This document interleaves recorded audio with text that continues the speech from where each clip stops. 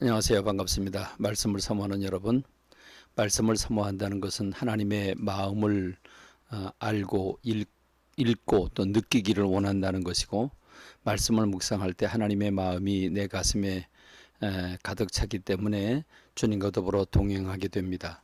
말씀을 사모하는 여러분들에게 주의 복이 임하기를 원합니다.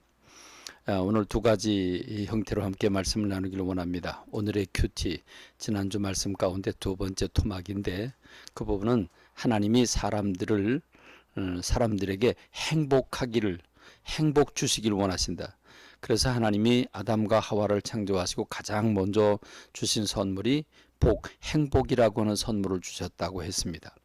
근데 그 행복은 알고 보니까 하나님의 영광을 나누어 주신 것이었습니다. 그런데 그 하나님께서 인간에게 주시기를 원하시는 그 행복은 어떻게 인간에게 주시려고 했을까? 그 행복의 루트, 행복의 방법이 무엇일까 하는 것입니다. 그것은 언약이라고 하는 루트를 통해서 주시기를 원하셨습니다. 하나님께서 인간을 창조하실 때 하나님의 형상, 곧 영적 존재로 지으셔서 인간은 생각하고 느끼고 그리고 결단하는 의지의 존재가 됩니다. 한마디로 말하면 인격적인 존재가 되지요. 인격과 인격을 가진 인격자와 인격자가 같이 만날 때 서로 교제하고 사랑할 수 있습니다. 그런데 교제와 사랑을 나누기 위해선 이 인격자에게 있어 가장 중요한 기본 두 가지가 필요한데, 하나는 믿음이고 하나는 실천입니다.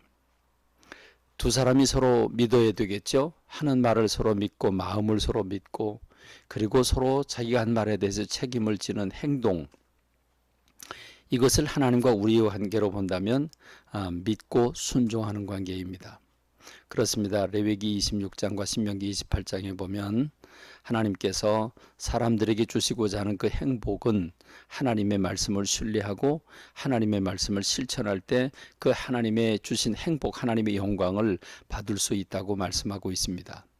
그러므로 하나님과의 깊은 이 관계, 곧 믿고 즐겨 순종하는 저와 여러분이 되기를 간절히 소망합니다. 오늘 함께 하루에 서너 장씩 성경을 읽어서 1년에 1독을 하는 성경 통독은 요한복음 2장부터 4장입니다. 여기에는 굵직굵직한 많은 사건들이 나오는데, 특별히 예수님께서 가나라고 하는 지역에 가셔서 물로 포도주를 만들어 주시는데, 거긴 다름이 아니라 결혼식장이었습니다. 주님이 결혼식장에 가셔서 포도주를 마시고 취하고 춤을 추고 노래를 부르는 그들, 그 결혼식에 포도주가 떨어졌습니다.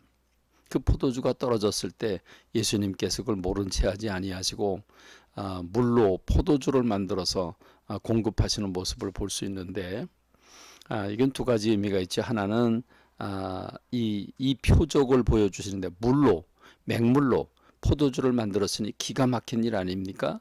이것을 통해서 예수님이 하나님의 아들 그리스도라고 하는 것을 보여주는 표적 사건이었다고 하는 것이고, 또 한 가지는 하나님은 인생의 문제를 결코 외면하지 않으신다고 하는 것입니다. 여러분, 결혼식집에 포도주가 떨어졌으니 지금은 가게 가서 마트에 가서 사오면 되겠죠. 그러나 그 당시에는 직접 담궈서 발효를 시켜 먹는 포도주이기 때문에 난감했을 것입니다. 그렇습니다. 우리 주님은 인생들에게 행복을 주시기 위해서 오셨습니다. 문제를 해결하고 오늘 부요와 기쁨과 평안을 주시기 위해서 오셨기 때문에 주님이 문제의 현장에 주님을 모실 때 그 문제가 해결됨을 보여주고 있는 것입니다. 여러분, 예수님께서 이제 성전에 들어가셔서 성전에서 돈 바꾸고 매매하고 하는 이 양 팔고 비둘기 파는 사람들을 다 쫓아내시죠. 그리고 기도하는 집을 강도의 구렬로 만들지 말라고 경고하시는 모습을 봅니다.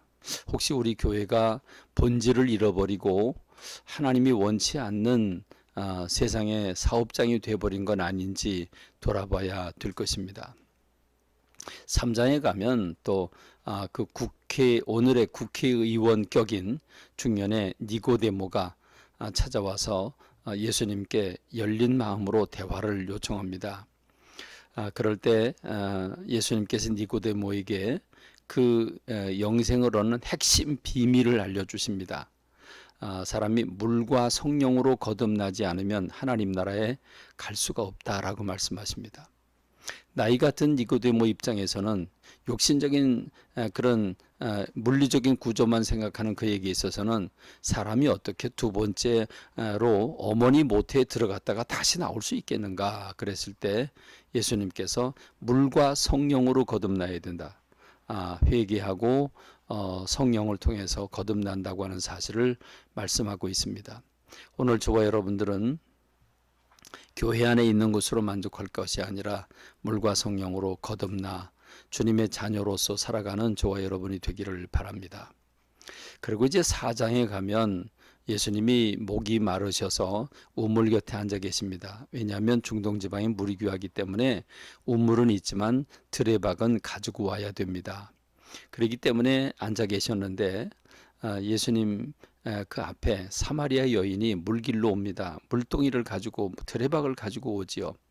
물들은 그에게 나에게 물 좀 달라고 해서 대화가 시작되는데 이 여인은 참 구차하게도 남편을 5번이나 바꿨고 지금 6번째이지만 만족을 하지 못하는 행복하지 못한 그런 여인인데 이 여인이 예수님을 만나서 자기의 문제를 주님 앞에 다 드러내놓고 대화를 나누는 가운데 예수님을 메시아로 영의 눈이 열려서 보게 되고 그 예수님을 영접하고 그래서 그가 물동이를 버려두고 기뻐 동네로 들어가 내가 메시아를 만났다고 고백하는 아주 아름다운 모습을 보게 되지요.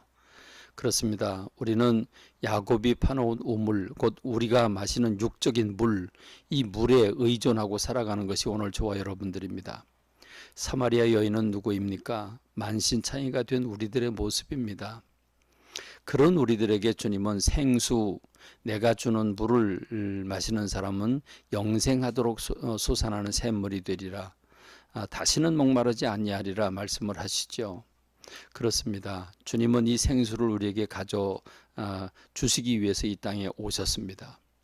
주님은 이렇게 문제 많은 사람, 참 만신창이가 된 이 여인이 예수님을 만나 기쁨을 얻고 돌아가는 뒷모습을 보면서 예수님은 밥잡쓸 생각을 잃어버리셨습니다.